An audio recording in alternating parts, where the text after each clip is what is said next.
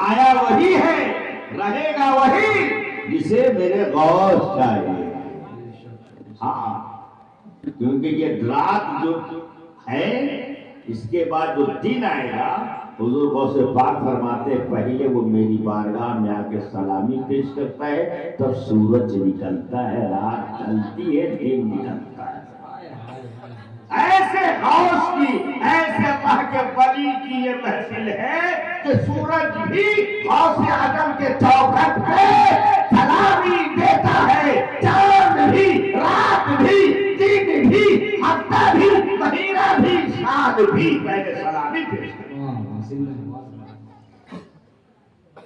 تو قرآن اللہ کا وہ پاک کلام ہے کہ جو چاہے گا اس کے دل میں آ جائے گا. رب کا وعدہ ہے وَلَقَدْ يَسَّرْنَا الْقُرْآنَ لِلذِّكْرِ. اے کوئی اسے یاد کرنے والا، میں نے قرآن کو تو آسان اتارا ہے.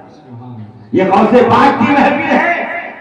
معلوم ہے 15 پارہ یا 18 پارہ اپنے ماں کے شکم میں 9 مہینہ تھے، آپ کی والدہ قرآن تلاوت کرتی تھی اور آپ اپنے ماں کے کوکھ میں رکھ کر اپنے ماں کی آواز کو سنتے تھے.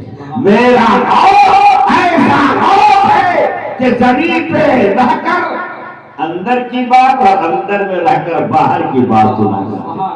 میرا غوث ہے کہ ماں کے شکم میں رہ کر ماں کی آواز کو سنتے تھے. ماں قرآن پڑھتی تھی، الف لام میم، ماں قرآن پڑھتی تھی، سورہ فاتحہ، الحمدللہ رب العالمین. ادھر باپ پڑھ رہی ہے، ادھر عبد القادر ماں کے شکم میں دوہرا رہے ہیں الحمدللہ رب العالمین. ماں کہتی ہے الرحمن الرحیم، بیٹا کہتا ہے الرحمن الرحیم. ماں کہتی ہے مالک یوم الدین، بیٹا ماں کے شکم میں پڑھتا ہے مالک یوم الدین. اہدنا الصراط المستقیم صراط الذین انعمت علیہم غیر المغضوب علیہم ولا الضالین.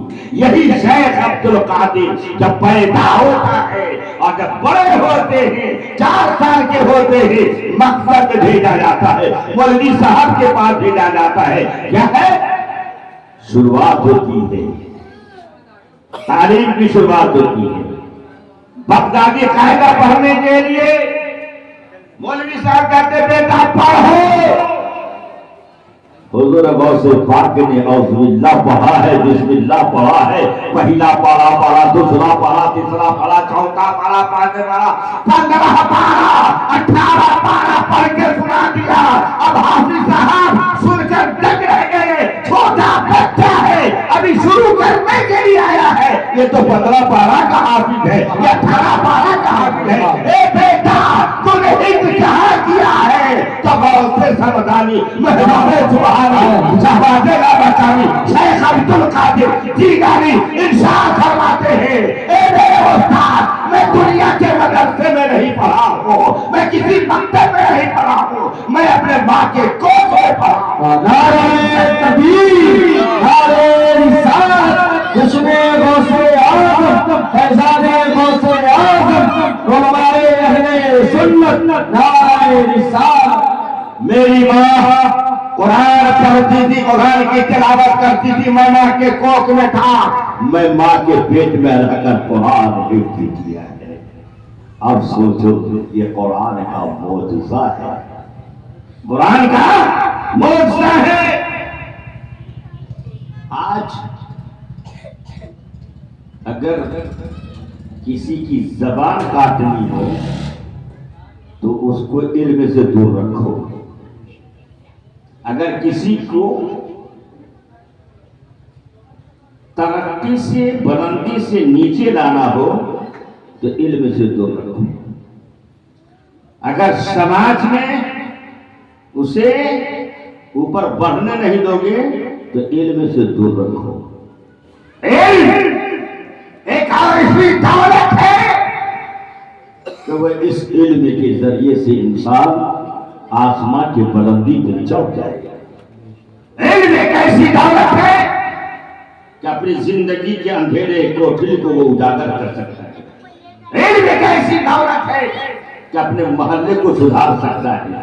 علم ایک ایسی ایسی دولت ہے اپنے خاندان کا روشن کر سکتا ہے، علم ایک ایسی دولت ہے کہ اپنے سماج کو روشن کر سکتا ہے، علم ایک ایسی دولت ہے کہ ملک کی سیاست کر سکتا ہے، علم ایک ایسی دولت ہے کہ آدمی پورے سماج پہ حاوی ہو سکتا ہے۔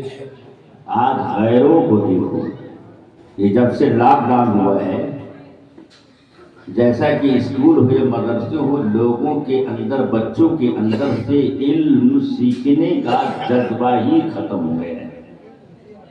جناب علی کتنے مدرسے بند ہو گئے، بچوں کی چاہت ختم ہو گئی۔ میں کہنا چاہتا ہوں اگر یہی عالم رہا، یہی دور رہا، 10-15 سال کا زمانہ گزر جائے گا تو ہماری نسلوں کو پتہ ہی نہیں چلے گا کہ ایمان کیا ہے، خدا کیا ہے، رسول کیا ہے، نماز کیا ہے، روزہ کیا ہے، حج کیا ہے، زکات کیا ہے، حرام کیا ہے، حلال کیا ہے، جائز کیا ہے، ناجائز۔ کیونکہ اس کے پاس علم نہیں ہے۔ اور رہی بات اسلام کی تعلیم، تو اسلام کی تعلیم انسان کی زندگی، دنیاوی زندگی کو بھی وہ سنوارتا ہے اور اخروی زندگی کو بھی سنوارتا ہے۔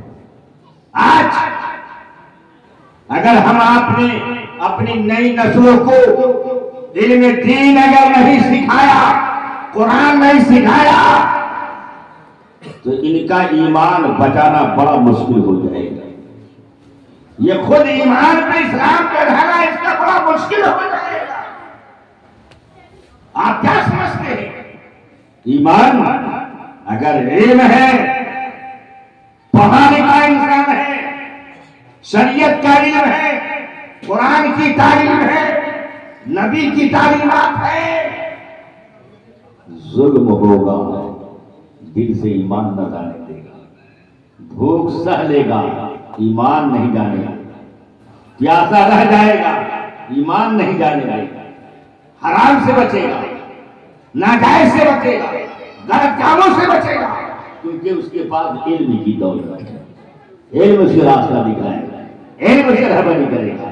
آج ہمارا سماج علم سے بہت دور ہے، علم سے بہت دور ہے۔ آج ہم غوث پاک کی محفل میں ہیں، غوث پاک کو محی الدین کہا گیا ہے۔ کیا خطاب کیا گیا ہے؟ لقب محی الدین، دین کے زندہ کرنے والے۔ کیا کہا؟ دین کے زندہ کرنے والے۔ تو کیسے دین کو زندہ کیا؟ کرامت دکھا کر، مردے کو ٹھوکر مار دیا زندہ ہو گئے، اس سے نہیں۔ دسترخوان پہ کھانا کھا رہے ہیں، ایک بڑھیا ہی کہا حضرت میں نے خانقاہ میں اپنے بیٹا کو رکھ دیا، میرا بیٹا سوکھی روٹی کھا رہا ہے اور آپ دسترخوان میں مرغا کھا رہے ہیں۔ حضور غوث پاک نے مرغے کی ہڈی کی طرف اشارہ کیا تو مرغا زندہ کھڑا ہو گیا دسترخوان میں۔ کہا تیرا بیٹا جب اس مقام پہ پہنچ جائے گا، اس لائق ہو جائے گا، تیرا بیٹا بھی مرغا کھانے لگے گا۔ تو اس کرامت کو دکھانے سے 12 سال کی ڈوبی ہوئی کشتی نکل گئی، اس کرامت سے دین زندہ ہوا نہیں۔ محی الدین ان کو اس لیے کہا جاتا ہے کہ انہوں نے شریعت اسلام کی، دین کی اتنی خدمات کی ہے، اتنی خدمات کی ہے۔ خود غوث پاک کہتے ہیں کہ میں علم سیکھتا گیا، علم کے پہلی سیڑھی پہ میں قدم رکھا، علم سیکھتا گیا، پڑھتا گیا، یہاں تک کہ قطبیت کے منزل پہ فائد آیا۔ قطبیت کے منزل پہ فائد ہو گیا۔ 18 سال انہوں نے علم سیکھا ہے اور 35 سال اپنے میں مدرسے میں بیٹھ کر علماء کو، طلباء کو علم سکھایا ہے۔ مرنے سے 6 سال پہلے، انتقال ہونے سے 6 سال پہلے تک شیخ عبدالقادر علم پڑھاتے تھے، لوگوں کو پڑھاتے تھے، بچوں کو تعلیم دیتے تھے۔ اور ایک نہیں ایک دو گھنٹی نہیں، ایک دو سبجیکٹ نہیں، بلکہ روزانہ 13 گھنٹی 13 کتاب بچوں کو خود پڑھاتے تھے جی، ایسا علم تھا۔ تو علم کے ذریعے سے انہوں نے دین کی خدمات کی ہے، علم کے ذریعے سے۔ اسی لیے تو بریلی کے امام ارشاد فرماتے ہیں کہ مفتی شرع بھی ہیں، قاضی ملت بھی ہیں۔ آپ کے دور و زمانے میں بڑے بڑے مفتی تھے، بڑے بڑے قاضی تھے، لیکن آپ سے بڑھ کر کوئی نہیں تھا۔ مفتی شرع بھی ہے، قاضی ملت بھی ہے، ارے علم اسرار سے ماہر بھی ہے عبدالقادر، علم اسرار سے ماہر بھی ہے عبدالقادر، بندہ قادر کا بھی قادر ہے عبدالقادر، سر باطن بھی ہے، ظاہر بھی ہے عبدالقادر۔ ایسا علم تھا کہ غوث اعظم نے کہا کہ میں دنیا کو اس طرح سے دیکھ رہا ہوں، پوری دنیا کو جیسے کہ ہتھیلی میں رائی کا دانہ۔ یہ کون علم تھا؟ علم عطائی تھا، علم لدنی تھا، جس کے ذریعے سے غوث اعظم پورب کو بھی دیکھ رہے ہیں، پچھم کو بھی دیکھ رہے ہیں۔ آپ ارشاد فرماتے ہیں اگر کوئی میرا چاہنے والا پورب سے مجھے بلاتا ہے اور میں پچھم میں ہوں تو اس کی آواز کو بھی سنتا ہوں اور اس کی مدد بھی کرتا ہوں۔ علم کے ذریعے سے غوث اعظم نے دین کو پھیلایا ہے، علم کے ذریعے سے آپ نے پوری دنیا کو سیراب کیا ہے۔ آپ کے وعظ و نصیحت میں 70 ہزار کا مجمع ہوتا جناب، سینکڑوں عالم آپ کے محفل میں ہوتے اور کتنے کاتب لکھنے والے آپ کی باتوں کو موجود ہوا کرتے تھے جی۔ علم دین سخت ضروری ہے۔ دونوں سے پڑھی اللہم صلی اللہ علیہ وسلم صلاۃ و سلام علیک یا رسول اللہ، صلاۃ و سلام علیک یا حبیب اللہ صلی اللہ علیہ وسلم۔ جو یادیں حامد لدنوی کا یہ شعر ہے، جو یادیں مصطفیٰ سے دل کو بہلا یا نہیں کرتے، صرف اللہ اللہ اللہ اللہ ہی سے کام نہ ہوگا، بلکہ اس دل میں اپنے رسول کی محبت رکھ کے پھر زبان سے اللہ اللہ کہو گے تبھی کام ہوگا۔ بغیر میرے نبی کے وسیلے سے اللہ تک کوئی نہیں پہنچ سکتا، بغیر۔ آج معلوم ہے جگہ جگہ یہ پھیلایا جا رہا ہے، وسیلہ کچھ نہیں ہے، یہ غوث پاک وغیرہ کیا ہے تو مر کے بعد اللہ سب مٹی میں چلے گئے۔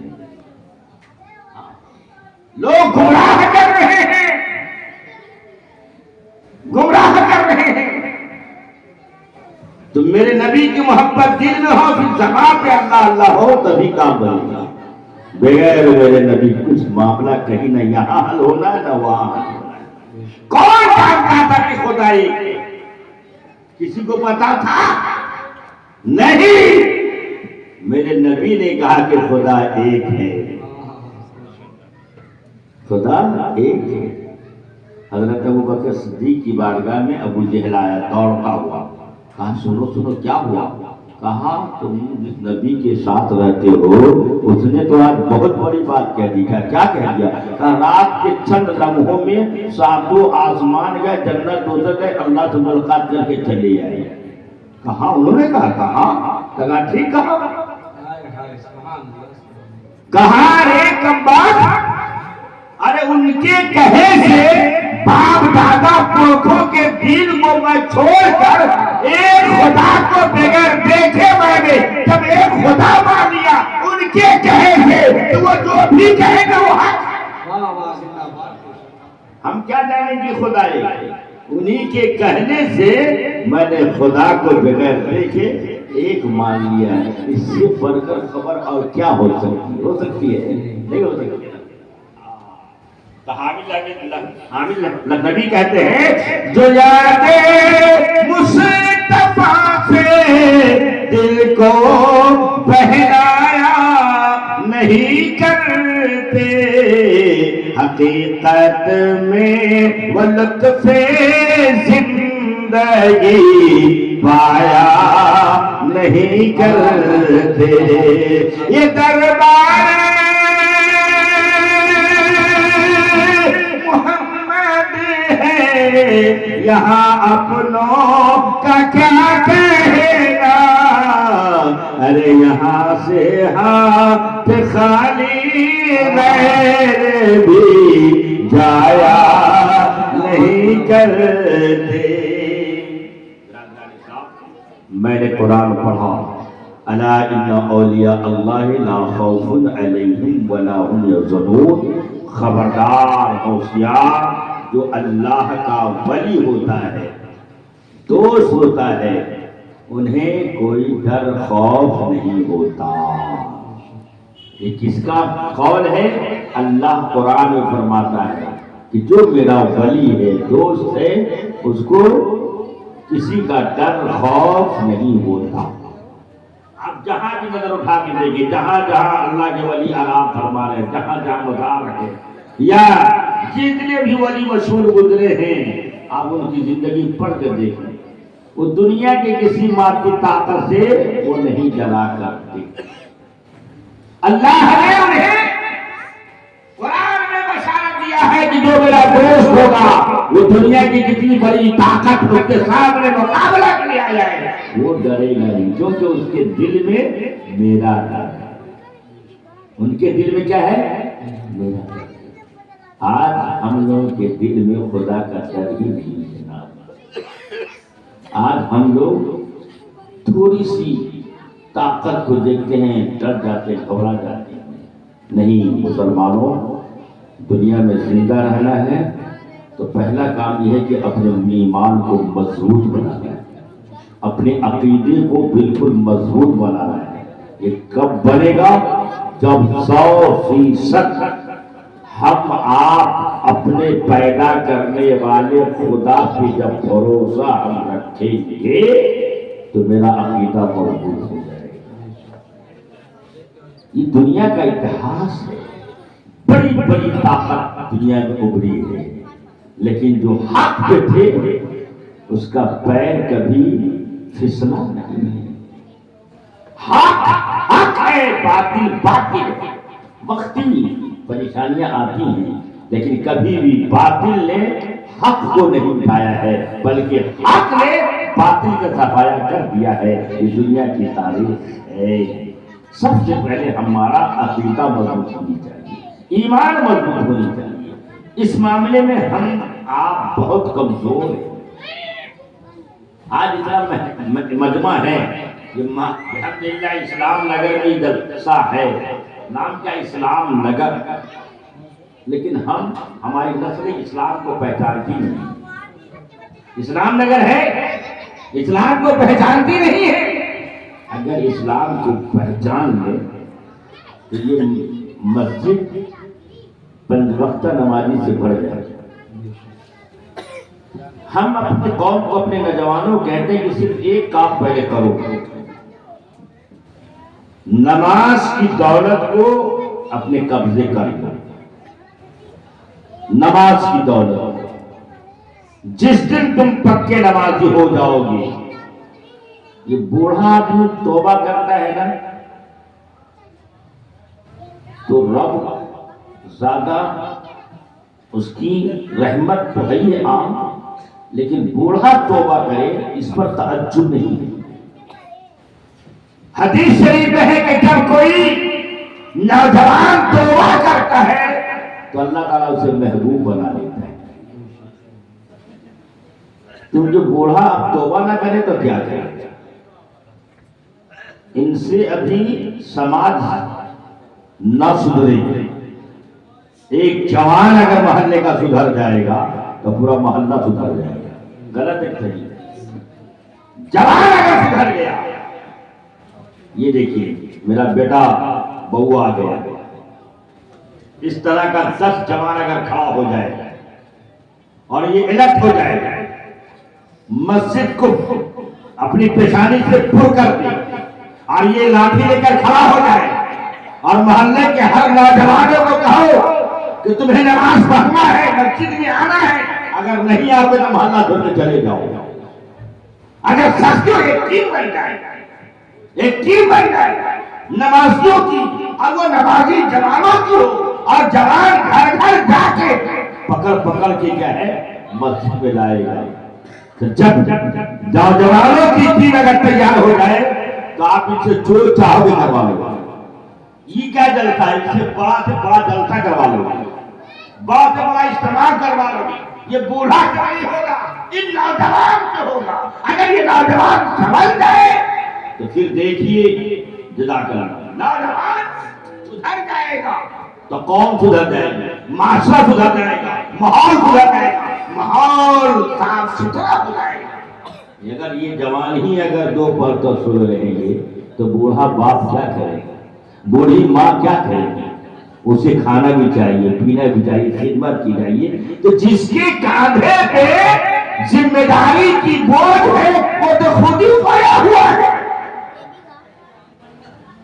یہ جس دن بیدار ہو جائے گا نا انقلاب پیدا ہوگا۔ شاعر کہتا ہے کہ ان جوان کے اندر وہ قوت ہے کہ اگر وہ چاہ لے تو معاشرے کے اندر انقلاب پیدا کرے۔ شاعر کہتا ہے عقابی روح جب بیدار ہوتی ہے نوجوانوں میں، عقابی روح جب بیدار ہوتی ہے نوجوانوں میں، نظر آتی ہے ان کو منزل آسمانوں میں۔ یہ بوڑھا چھت پہ چھلانگ لگا پائے گا؟ کوئی بوڑھا سوچے گا، سمجھے گا کہیں پیر پھسل جائے گا، ہڈی کہیں ٹوٹ نہ جائے گی۔ لیکن نوجوان اگر چاہے گا تو ایک چھت کیا، ایک بلڈنگ کیا، 2 بلڈنگ 4 بلڈنگ چھلانگ لگا سکتا ہے۔ اسی پہ شاعر نے کہا ہے کہ عقابی روح جب بیدار ہو جائے نوجوانوں میں، نظر آتی ہے منزل ان کو آسمانوں میں۔ ہمارا کہنا ہے نوجوانوں سے، اے نوجوانوں تم ماں باپ کے سہارے ہو، اور اللہ تعالیٰ نے تمہارے اوپر ذمہ داری دی، ہمارے آپ کے اوپر ذمہ داری دی۔ یہ غوث پاک کی جو محفل سجا رکھے ہیں، میں نوجوانوں سے کہتا ہوں کبھی آپ نے غوث پاک کی صحیح تاریخ پڑھو؟ 40 سال عشاء کی نماز کے لیے جو وضو بنایا تھا اس وضو سے فجر کی نماز پڑھی، کہ 40 سال 40۔ اور آج ہمارا نوجوان ایک وقت نماز پڑھنے کے لیے باقی ہے، اور کہتے غوث اعظم کا دامن نہیں چھوڑے۔ ارے دامن کو پکڑنے کے لائق ہی کہا، تمہارا دل گندا، جسم گندا، کپڑا گندا، ہاتھ گندا، پہلے اس کو تو صاف کرو۔ ایک وقت نماز پڑھو۔ ہم آپ غلطی کریں بار بار کیا ہے معافی مانگی، غلطی میں معافی نہیں دیتا ہے، لیکن میرا رب کیا ہے وہ غفور الرحیم ہے۔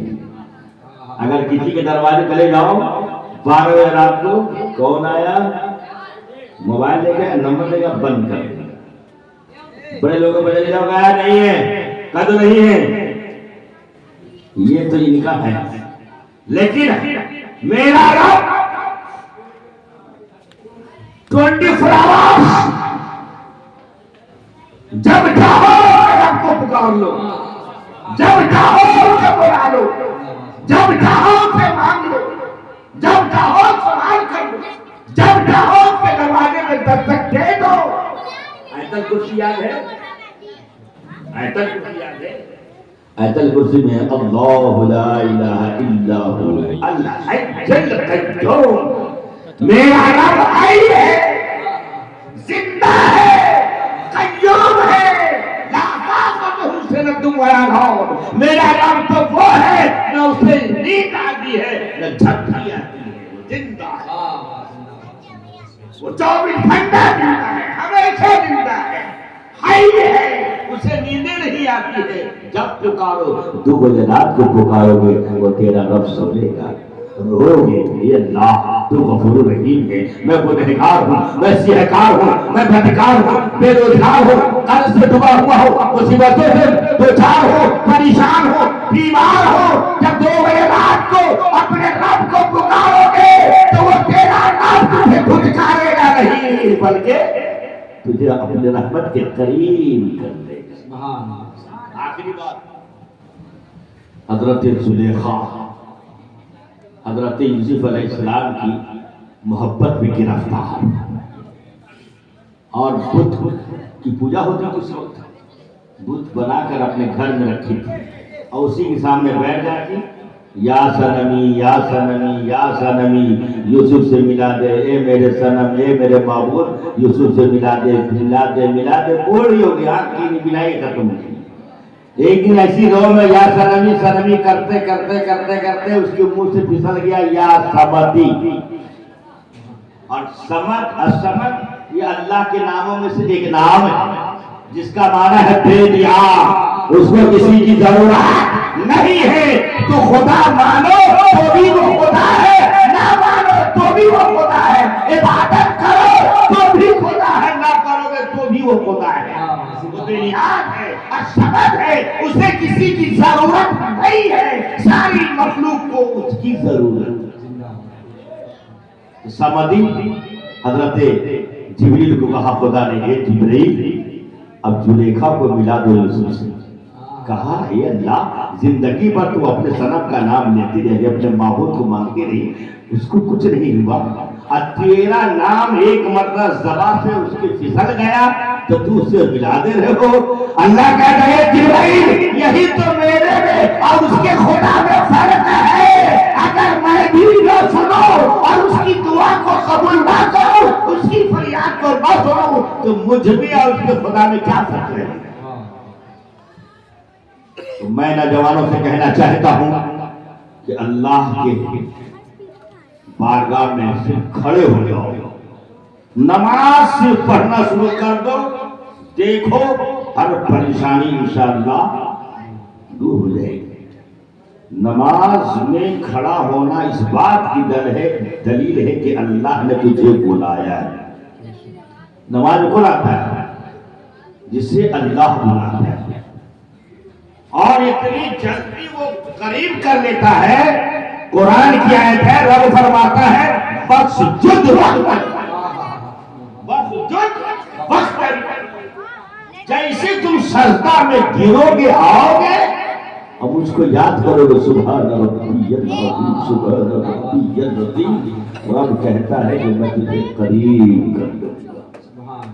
گر کے دعا میری بارگاہ میں دعا، اگر میں قریب نہ کروں تو بتانا، رب کا وعدہ ہے وَاسْجُدْ وَاقْتَرِب، سجدے میں آ جاؤ، رب کے قریب ہی جاؤ۔ تو میں نوجوانوں سے کہنا چاہتا ہوں، عزیز بچوں سے کہنا چاہتا ہوں، اے بچوں، سماج کو سدھارنا ہے، اپنے آپ کو سدھارنا ہے، اسلام کی خدمت کرنا ہے، دین کی خدمت کرنا ہے، دنیا بنانا ہے، آخرت بنانا ہے، قبر میں چاہیے اختیارات، روشنی چاہیے، منکر نکیر کے سوال جواب میں آسانی چاہیے، پرسرات کو گزرنا چاہتے ہو، جہنم کی آگ میں رکھنا چاہتے ہو، جنت میں جانا چاہتے ہو، ماں باپ کی خدمت کرو اور اللہ کی عبادت کرتے جاؤ، انشاءاللہ دنیا بھی کامیاب اور آخرت بھی کامیاب، یہی میرے غوث اعظم کا فرمان بھی ہے۔ اللہ تعالی ہمیں اور آپ کو اور تمام بچوں کو، اراکین کو، طالب علموں کو، نوجوانوں کو اللہ تعالیٰ صحیح سالم رکھے۔ میرا ایک شعر یاد رکھنا کہ عقابی روح جب بیدار ہوتی ہے نوجوانوں میں نظر آتی ہے منزل اس کو آسمانوں میں، اگر یہ نوجوان کھڑے ہو جائے، ایکٹیو ہو جائے، تیار ہو جائے، تو محلہ کیا، محلے کی جتنی گندگی نالے کی جائے وہ سب کے سب صاف ہو جائیں گے، سب نوجوان تیار ہو جائے تو انشاءاللہ ان کے ماں باپ کی دعا ہوگی، سب کی دعا ہوگی، ماں باپ بھی کچھ ہوگا، ہر زمانے کا لوگ اس کو محبت کرتے ہوئے نظر آئیں گے۔ اللہ تعالیٰ ہمیں آرام کو ان تمام باتوں کا عمل کرنے کی توفیق عطا فرما۔ وما علینا الا البلاغ۔ السلام علیکم ورحمۃ اللہ وبرکاتہ۔